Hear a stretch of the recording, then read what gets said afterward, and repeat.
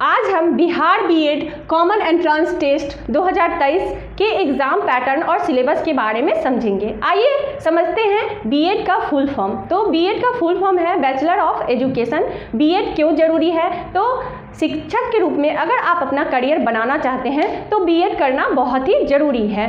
अब आइए Bihar BEd common entrance का जो फॉर्म निकाला गया है उसमें कितने कॉलेज हैं, कितने कॉलेज में कितने सीट निर्धारित किए गए हैं, अप्लाई मोड क्या है, अप्लाई डेट कब से कब तक है, योग्यता क्या है, चयन प्रक्रिया कैसे किया जाएगा, इन सभी बातों की जानकारी हम इस वीडियो के माध्यम से आपको देंगे। वीडियो के लास्ट तक जरूर बने रहिएगा। आइए अब इसके बारे में डिस्कस करते हैं। तो नंबर ऑफ कॉलेजेस यानी कि कॉलेज की संख्या क्या है? तो 345 कॉलेज की संख्या है जिसमें 37,500 सीट्स निर्धारित किए गए हैं।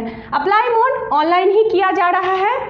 अप्लाई डेट 20 फरवरी 2023 से 15 मार्च तक इसका फॉर्म भरा जाएगा। अप्लाई फी जनरल के लिए 1000 रुपीज़ यानी कि 1000 रुपये लग रहे हैं। EWS, BC और EBC और फीमेल के लिए 750 रुपये अप्लाई फ़ी लग रहे हैं। SC ST के लिए 500 रुपये अप्लाई फ़ी लग रहे हैं। Bihar BEd common entrance test का जो फॉर्म निकाला गया है उसके बाद उसका 500 रुपये SC ST के लिए लग रहे हैं। योग्यता की बात करें तो किसी भी स्ट्रीम से, किसी भी मान्यता प्राप्त विश्वविद्यालय से अगर ग्रेजुएशन है तो ये फॉर्म आप भर सकते हैं, जिसमें 50% मार्क्स होना अनिवार्य है। इंजीनियरिंग के लिए 55% मार्क्स होना अनिवार्य है।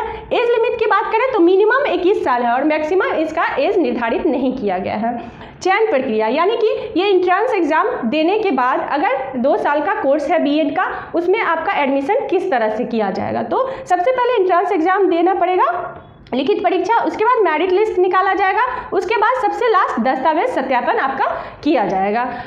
अब आइए समझ लेते हैं Bihar BEd common entrance test के एग्ज़ाम पैटर्न के बारे में। तो सामान्य अंग्रेजी जो 15 क्वेश्चन 15 मार्क्स के पूछे जाएंगे, जनरल संस्कृत जो 15 क्वेश्चन 15 मार्क्स के पूछे जाएंगे। इन दोनों सब्जेक्ट में से एक ही आपको चूज करके देना होगा एग्ज़ाम। जनरल हिंदी जो 15 क्वेश्चन 15 मार्क्स के पूछे जाएंगे। तार्किक और विश्लेषणात्मक तर्क जो 25 क्वेश्चन 25 मार्क्स के पूछे जाएंगे। जनरल अवेयरनेस जो 40 क्वेश्चन 40 मार्क्स के पूछे जाएंगे।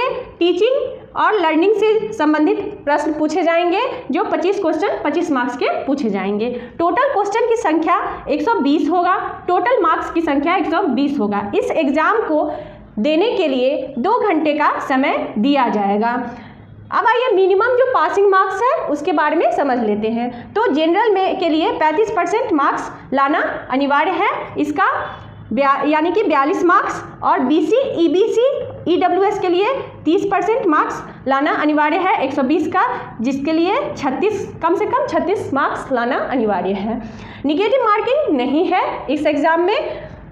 लैंग्वेज हिंदी और इंग्लिश से क्वेश्चन पूछा जाए। अगर आपने हमारे चैनल को अभी तक सब्सक्राइब नहीं किया है तो सब्सक्राइब कर लीजिए, बेल आइकन को प्रेस कीजिए और शेयर कीजिए ताकि हम इंडिया के सभी गवर्नमेंट जॉब वैकेंसीज का डिटेल्स आप तक पहुंचाते रहें। आइए अब बिहार बीएड कॉमन एंट्रेंस 2023 का जो फॉर्म निकाला गया है उसके एग्ज़ाम के सिलेबस के बारे में समझते हैं। तो जनरल इंग्लिश में हमें क्या क्या पढ़ना है? जनरल इंग्लिश में पढ़ना है fill in the blanks, antonyms, synonyms, idioms and phrases, spelling errors, one word substitution, ये सभी जनरल इंग्लिश में पढ़ लेना है। सामान्य हिंदी में हमें क्या क्या पढ़ना है? तो मुहावरे और लोकोक्तियाँ पढ़ना है, कहावतें, अनेक शब्द के लिए एक शब्द, गद्यांश, रिक्त स्थानों की पूर्ति, व्याकरण, पर्यायवाची, विपरीतार्थक शब्द, संधि, समास, उपसर्ग, प्रत्यय, छंद, अलंकार, ये सभी हमें सामान्य हिंदी में पढ़ना है। जनरल इंग्लिश और सामान्य हिंदी में हमें एक ही सब्जेक्ट चूज करके क्वेश्चन बनाना है। अब आइए तार्किक और विश्लेषणात्मक क्षमता में हमें क्या क्या पढ़ना है? तो पंच लाइनिंग पढ़ना है, सिचुएशन रिएक्शन पढ़ना है, टेस्ट कॉजेज एंड इफेक्ट पढ़ना है, एनालिटिकल रीजनिंग पढ़ना है, सैलोजिज्म पढ़ना है, स्टेटमेंट एंड एग्रीमेंट्स पढ़ना है, स्टेटमेंट एंड कंक्लूजन्स पढ़ना है, ड्राइविंग्स, कंक्लूजन, असर्टन एंड रीजन्स। अब आइए जनरल अवेयरनेस में हमें क्या क्या पढ़ना है? तो इतिहास पढ़ना है, भूगोल, राजनीति शास्त्र, सामाजिक विज्ञान, सामान्य विज्ञान पढ़ना है, पंचवर्षीय योजना, समसामयिक, अन्य विविध प्रश्न पढ़ना है। अब आइए करंट अफेयर्स भी पढ़ लेना है। अब आइए टीचिंग और लर्निंग से संबंधित प्रश्न में हमें क्या क्या पढ़ना है उसके बारे में समझते हैं। तो स्कूल आवश्यकता और प्रभावों में भौतिक संसाधनों का प्रबंधन पढ़ना है। छात्र संबंधी मुद्दे जैसे प्रेरणा, शिक्षक छात्र संबंध, अनुशासन, नेतृत्व, शिक्षण और सीखने की प्रक्रिया में हमें क्या क्या पढ़ना है। तो आदर्श शिक्षक, प्रभावी शिक्षक, छात्रों को संभालना, कक्षा संचार, स्कूल और प्रिंसिपल के बीच जो संबंध होता है उसके बारे में पढ़ना है। शिक्षकों और गैर शिक्षण में क्या अंतर है उसके बारे में पढ़ना है। कर्मचारियों और आदि में मानव संसाधन का प्रबंधन करना।